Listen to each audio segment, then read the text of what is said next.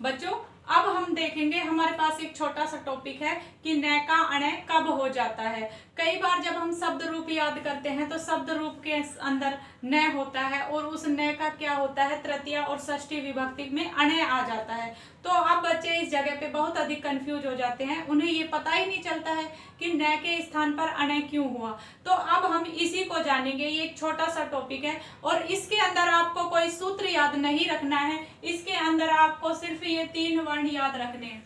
इन 3 वर्णों में एक कौन सा वर्ण है, री वर्ण है, एक वर्ण रै और एक स। ये 3 वर्ण है और इन 3 वर्णों के तुरंत बाद, 3 वर्णों में से कोई भी एक वर्ण हो, इनके तुरंत बाद अगर न आ जाता है तो उस न का क्या हो जाता है, अण हो जाता है। जैसे कि अगर री है और री के तुरंत बाद न है तो क्या हो जाएगा, अण हो जाएगा। अगर मान लो क्या है, र है और र के तुरंत बाद न है तो क्या हो जाएगा, अण हो जाएगा। ठीक। और अगर क्या है, अगर हमारे पास स है और स के तुरंत बाद क्या है, न है तो क्या हो जाएगा, अण हो जाएगा। इस प्रकार से आपको कोई सूत्र याद नहीं करना है, आपको सिर्फ ये याद रखना है कि जिस किसी भी शब्द के अंदर न का अण होता है वहां पे आपको ये ध्यान रखना है कि इन तीनों शब्दों में से कोई एक शब्द न के ठीक आगे हो तो न का अण हो जाता है।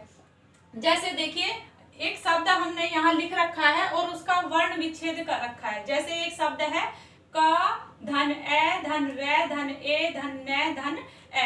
अगर हम इसका सीधा सीधा वर्ण संयोजन अगर करें तो इसका वर्ण क्या बनता है, क के अंदर हम स्वर मिलाते हैं तो क्या होता है, क से क हम कर देते हैं, फिर रे के अंदर ए का स्वर मिलाते हैं तो रे हो जाता है और न के अंदर स्व मिलाते हैं तो क्या होता है, ए बन जाता है। तो हमारे पास शब्द क्या बनता है, करेण शब्द हमारे पास बनता है। लेकिन हमने क्या बना रखा है, हमने बना रखा है करेण। तो हमने करेण में इस न के स्थान पर ये न हमने कर रखा है। क्यों कर रखा है, ये देखिए, क्योंकि हमारे पास क्या है, हमने कहा न के ठीक वर्ण क्या है, न के अगला जो व्यंजन है, जस्ट अगले वाला व्यंजन हमें क्या मिला, रे मिला। ए को नहीं लगाएंगे क्योंकि ए तो रे का क्या है, स्वर है, रे की ध्वनि है। तो रे की ध्वनि जो स्वर है वो ए है, इसलिए इससे ठीक आगे क्या है, कौन सा व्यंजन है, रे व्यंजन है।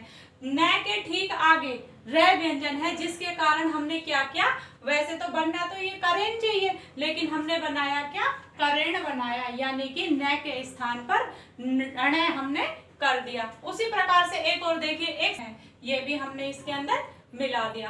तो अब हमारे पास क्या बना, हमारे पास बनना तो क्या चाहिए, हमारे पास बनना चाहिए नृनाम। नृनाम ना बना के हमने क्या बनाया, हमने बनाया नृनाम।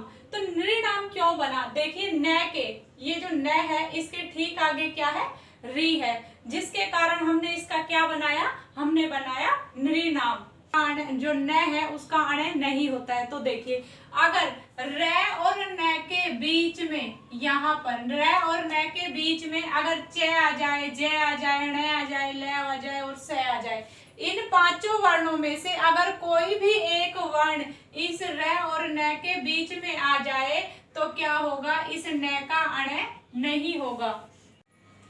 बच्चों अब हम ये देखेंगे कि जो न है, न का अण कब नहीं होता है। देखो जब भी हमारे पास ये 5 वर्ण च, ज, न, ल, स, इनमें से कोई भी 5 वर्णों में से एक वर्ण अगर र और न के बीच में हुआ तो क्या होगा, न का जो है अण नहीं होगा, न का न ही रहेगा। अगर इन 5 में से कोई भी एक वर्ण र और न के बीच में हुआ तो, किन के बीच में, इन दोनों के बीच में हुआ तो नहीं होगा। जैसे देखिए हमने एक शब्द लिखा है महाराजेन। महाराजेन का अब हमने वर्ण विच्छेद किया, मैं, आ, ह, आ, रे, आ, ज, ए, न, ए।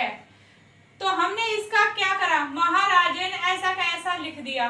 क्यों लिखा, क्योंकि ये र है और ये न है और ये र, इन र और न के बीच में क्या है, ये ज शामिल है, जिसके कारण हम न का अण नहीं कर सकते। अगर इन चारों में से कोई और वर्ण अगर र और न के बीच में हुआ तब तो हम न का अण कर सकते हैं, लेकिन अगर इन पांचों में से कोई भी एक वर्ण हुआ तो हम नहीं कर सकते हैं।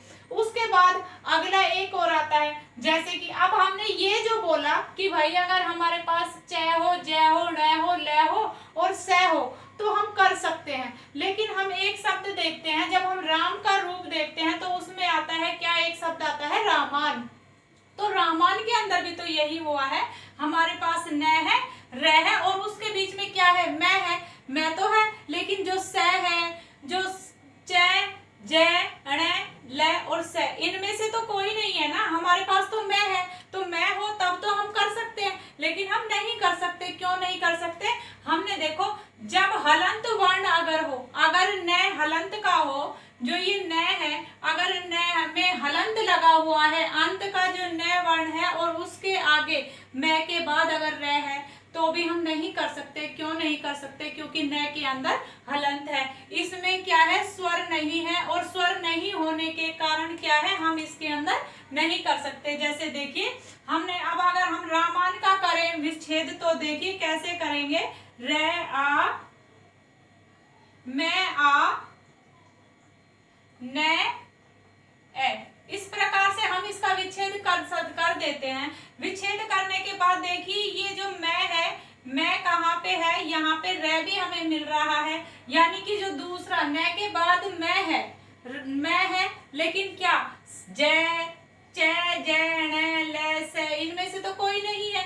लेकिन हम कर सकते थे अगर न पूरा होता तो, तब तो हम राम का क्या कर सकते थे, यहाँ पे रामायण हम कर सकते थे। लेकिन हमारे पास जो र है, जो न है, न के अंदर क्या है, हलंत है, जिसके कारण हम इसका क्या, न का अण नहीं कर सकते।